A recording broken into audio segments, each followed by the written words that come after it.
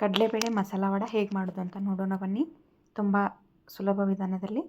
ಇಲ್ಲಿ ನಾನು ಮೊದಲಿಗೆ 1 ಕಪ್ಪು ಕಡಲೆಬೇಳೆಯನ್ನು ತೊಗೊಂಡಿದ್ದೀನಿ. ಇವನ್ನ 4 ತಾಸು ನೆನೆ ಹಾಕಿದ್ದೆ. ಇವಾಗ ಚೆನ್ನಾಗಿ ನೆಂದಿದೆ. ಈಗ ಮಿಕ್ಸಿ ಜಾರಿಗೆ ನಾನು ಬೆಳ್ಳುಳ್ಳಿ, ಹಸಿಮೆಣಸಿನ್ಕಾಯಿ, ಹಸಿ ಶುಂಠಿ ಹಾಗೆ ಕಡಲೆಬೇಳೆನ ತೊಳ್ಕೊಂಡು, ಹಾಗೆ ಜೀರಿಗೆನ, ಉಪ್ಪು ಮತ್ತು ಕರಿಬೇವು ಇವೆಲ್ಲ ಹಾಕಿ ತರಿಯಾಗಿ ಗ್ರೈಂಡ್ ಮಾಡ್ಕೊಂಡು ಬನ್ನಿ. ಸ್ವಲ್ಪ ಚೌಳು ಇರಬೇಕಿದು, ತುಂಬ ಸಣ್ಣದಾಗಿ ಏನು ಬೇಡ.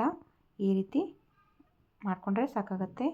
ಇದನ್ನು ಇವಾಗ ನಾವು ಒಂದು ತಟ್ಟೆಗೆ ಹಾಕೊಳ್ಳೋಣ ಬನ್ನಿ. ಈವ್ನಿಂಗ್ ಸ್ನ್ಯಾಕ್ಸ್ ಆಗಿ ಮಾಡ್ಕೊಂಡು ತಿನ್ಬೋದು. ಇಲ್ಲಾಂದರೆ ಮನೆಗೆ ಗೆಸ್ಟ್ ಬಂದಿರ್ತಾರಲ್ಲ ಅಂಥ ಟೈಮಲ್ಲಿ ನೀವು ಈ ರೀತಿ ಡಿಫ್ರೆಂಟಾಗಿ ಮಾಡಿಕೊಟ್ರೆ ಎಲ್ರಿಗೂ ಇಷ್ಟ ಆಗುತ್ತೆ.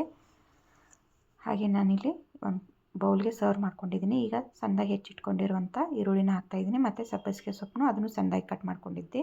ಮತ್ತು ಕೊತ್ತಂಬರಿ ಸೊಪ್ಪನ್ನು ಸಣ್ಣದಾಗಿ ಕಟ್ ಮಾಡಿಕೊಂಡು ಹಾಕ್ಕೊಳ್ಳಿ. ರುಚಿಗೆ ತಕ್ಕಷ್ಟು ಉಪ್ಪು ಹಾಕ್ಕೊಳ್ಳಿ. ಒಂದಕ್ಕೊಂದು ಎಲ್ಲ ಚೆನ್ನಾಗಿ ಮಿಕ್ಸ್ ಆಗಬೇಕು. ಈಗ ಚೆನ್ನಾಗಿ ಮಿಕ್ಸ್ ಆಗಿದೆ. ಇಷ್ಟಾದರೆ ಸಾಕಾಗುತ್ತೆ. ಈಗ ನೀವು ಇದು ಉಂಡೆ ಕಟ್ಲಿಕ್ಕೆ ಬರಬೇಕು, ಅದಕ್ಕಿರಬೇಕು, ಅಂದರೆ ಚೆನ್ನಾಗಿ ಬರುತ್ತೆ ವಡೆ. ಇಷ್ಟಾದರೆ ಸಾಕು. ಈ ರೀತಿಯೂ ಉಂಡೆ ಕಟ್ಕೊಂಡು ಅಂಗೈಲಿ ಈ ರೀತಿ ತಟ್ಕೊಂಡು ಎಣ್ಣೆಯಲ್ಲಿ ಫ್ರೈ ಮಾಡ್ಕೊಳ್ಬೇಕಾಗತ್ತೆ. ಈಗ ನಾನು ಎಲ್ಲನೂ ಈ ರೀತಿ ಮಾಡ್ಕೊಂಡು ಇಟ್ಕೊಂಡಿದ್ದೀನಿ. ಹಾಗೆ ಇಲ್ಲಿ ಒಂದು ಕಡಾಯಿನ ಇಟ್ಟಿದ್ದೀನಿ. ಕಡಾಯಿಗೆ ಸ್ವಲ್ಪ ಎಣ್ಣೆ ಹಾಕ್ಕೊಳ್ಳೋಣ. ನಾನು ಎಲ್ಲ ಕ್ವಾಂಟಿಟಿನೂ ಇಬ್ಬರಿಗೆ ಅಂತ ತೊಗೊಂಡಿದ್ದೀನಲ್ಲ, ಹಾಗೆ ನೀವು ಜಾಸ್ತಿ ಬೇಕಾದರೆ ಸ್ವಲ್ಪ ಎಲ್ಲವನ್ನು ಜಾಸ್ತಿ ತೊಗೊಳ್ಬೇಕಾಗತ್ತೆ.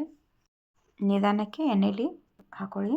ಇವಾಗ 2 ಸೈಡ ಚೆನ್ನಾಗಿ ನೀವು ಫ್ರೈ ಮಾಡ್ಕೋಬೇಕಾಗ್ತೈತಿ. ಲೋ ಫ್ಲೇಮ್ನಲ್ಲೇ ಮಾಡ್ಕೊಳ್ಳಿ. ಜಾಸ್ತಿ ಹೈ ಫ್ಲೇಮ್ನಲ್ಲಾದರೆ ಬೇಗನೆ ಮೇಲ್ಗಡೆ ಬೇಯುತ್ತೆ, ಒಳಗಡೆದೆಲ್ಲ ಹಸಿಯಾಗಿಯೇ ಇರುತ್ತೆ. ಅದಕ್ಕೆ ಸಣ್ಣ ಉರಿನಲ್ಲೇ ಫ್ರೈ ಮಾಡ್ಕೊಳ್ಳಿ. ಈ ಕಡಲೆಬೇಳೆ ವಡೆ ತುಂಬಾ ಚೆನ್ನಾಗಿರುತ್ತೆ ಫ್ರೆಂಡ್ಸ್. ನೀವೊಮ್ಮೆ ಖಂಡಿತ ಟ್ರೈ ಮಾಡಿ. ಹೇಗಿತ್ತು ಅಂತ ಕಮೆಂಟ್ ಬಾಕ್ಸಲ್ಲಿ ತಿಳಿಸಿ. ಈ ರೀತಿ ನಾನು ಎಲ್ಲವನ್ನು ಮಾಡಿಕೊಂಡೆ. ಎಷ್ಟು ಚೆನ್ನಾಗಿ ಕಾಣಿಸ್ತಿದೆಯಲ್ಲ, ಕ್ರಿಸ್ಪಿಯಾಗಿ ತುಂಬಾ ಚೆನ್ನಾಗಿರುತ್ತೆ. ಮತ್ತು ಮುಂದಿನ ವಿಡಿಯೋದಲ್ಲಿ ಸಿಗೋಣ. Thanks for watching.